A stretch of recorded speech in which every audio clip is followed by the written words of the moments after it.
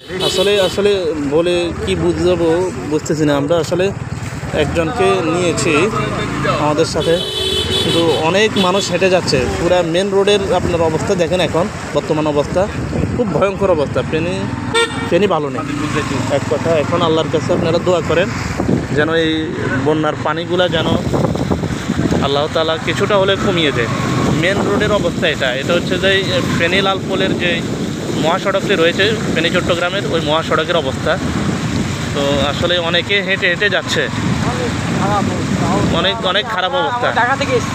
যারা ঢাকা থেকে আসছে, কালকে কখন আসতেন আপনারা ঢাকা থেকে? আমরা কালকে কালকে ভোর 6টায় যারা ঢাকা থেকে এসেছে তারা এখনও পর্যন্ত ফেনীতে অবস্থান করছে। ইতিমধ্যে আমার সাথে এক ভাই আছে, ওনাকে নিয়ে আমরা যতটুকু সম্ভব আমাদের ওনাকে একটু সামনের দিকে এগিয়ে দিব। বাট ফেনীর অবস্থা দেখেন, ফেনী ভালো নেই। তাহলে ফেনীর এটা মহাসড়ক কিন্তু ডুবে গেছে। মহাসড়কের এই হচ্ছে অবস্থা।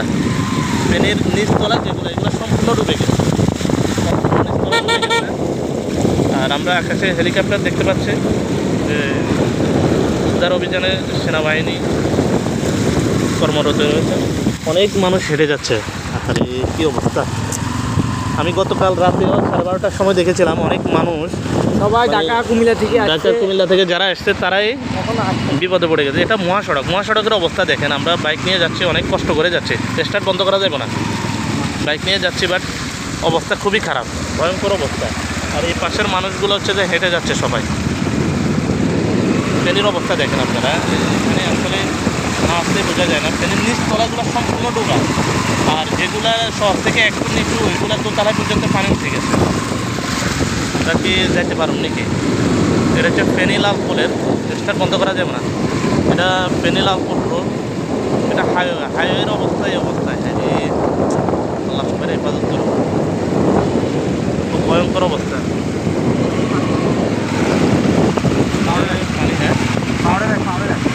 অসুবিধা না, তুই তোর মতো করে যা, তবে রং সাইড মারে, যে রং সাইড ওইখানে,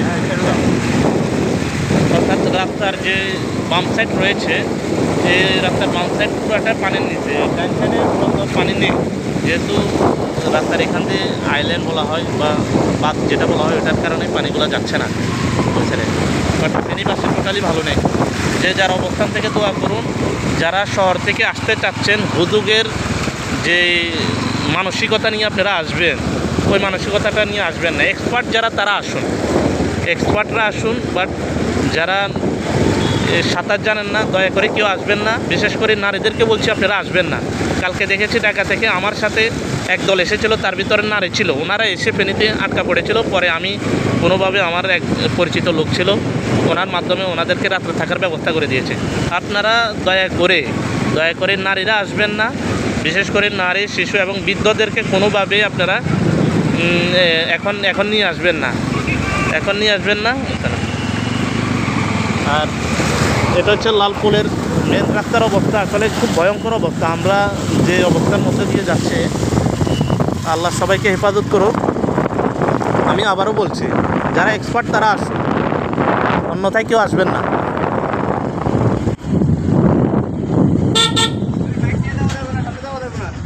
সামনে কি বন্ধ? সামনে বন্ধ হয়ে গেছে। কোনোভাবে ডাইন সাইডে ঢুকা যায় না? একটু দেখতো ডাইন সাইডে ঢুকা যায় কিনা। এদিকেও তো যাওয়া যাচ্ছে না, নামতে হবে ভাই, নামে। ওদিকে আটকা পড়ে গেছে না, অনেকে নৌকা নিয়ে আসছে, বা রাস্তায় জ্যামের। মাসুদ আস্তে আস্তে দিয়ে অনেকে নৌকা নিয়ে আসছে, বা যেতে পারতেছে না।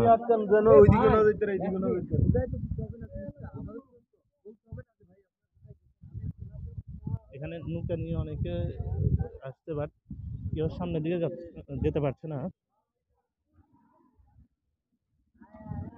আমরা দুইজন ভাইকে আমাদের বাইকের পেছনে করে নিয়ে এসেছি যতটুকু সম্ভব হয়েছে।